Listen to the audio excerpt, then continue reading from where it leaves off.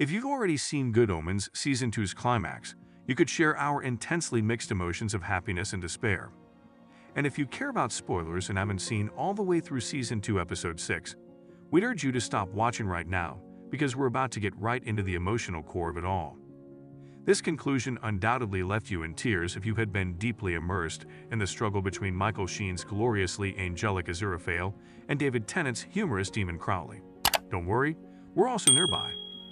These new episodes saw the show sharpen its emphasis on the couple, as we mentioned in our review of Season 2, and it was all the better for it.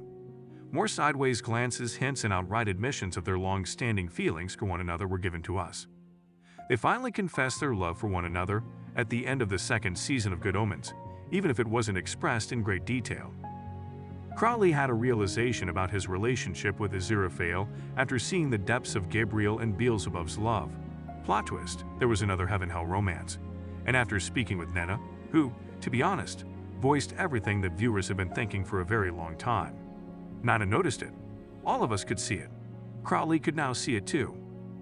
He laid the stage for the ultimate rom-com boombox moment, when Crowley would finally tell Aziraphale how he really felt.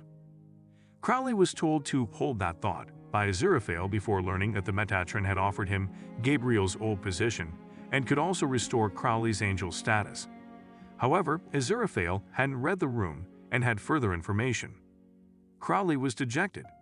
Crowley suggested that they should head off together somewhere else, just you and me, like Gabriel and Beelzebub had done, as he had shown no desire to go back to heaven, even if it meant being with Aziraphale.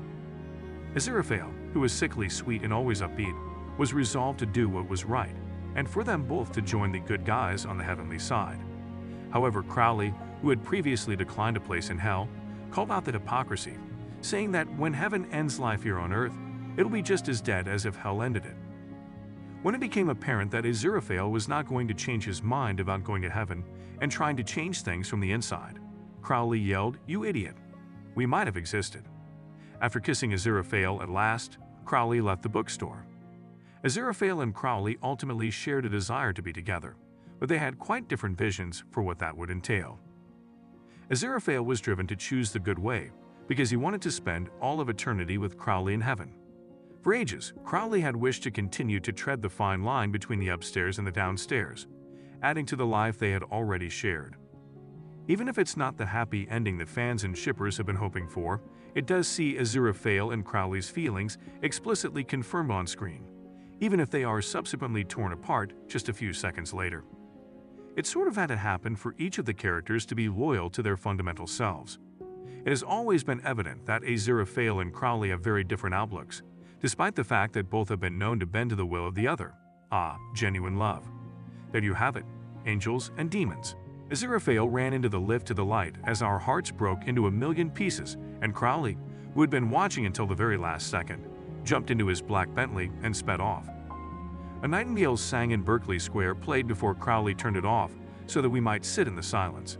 We had half expected Queen's Love of My Life to be screaming from its speakers. This song selection is also quite tragic. The source material made reference to the love hymn A Nightingale Sang in Berkeley Square, which is frequently cited by followers of the Ineffable Husbands. Additionally, Crowley mentioned having breakfast at the Ritz with Aziraphale in the song's finale before Metatron's offer put a wedge between them and was made public. Both references to angels dancing at the Ritz are made in the song's lyrics. If that wasn't regret written all over Aziraphale's heavenly face in the Season 2 finale of Good Omens split-screen photo of him and Crowley, we don't know what was. It is still unknown whether or not the show will return for a third installment. Regarding the show's future, nothing has been said. Should Good Omens Season 3 be approved, there are numerous storylines that may be continued, including the reunion of Aziraphale and Crowley. We're certain that Aziraphale will be expecting for some assistance from Crowley once more, given that the Second Coming has been highlighted as a possible item on Heaven's schedule.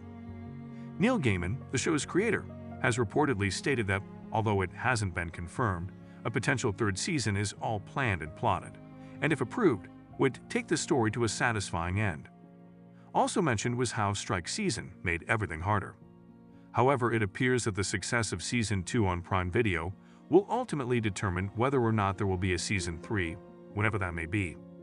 Fans will undoubtedly be hoping for a formal renewal, though, so that Aziraphale and Crowley can finally receive the happy ending they so richly deserve.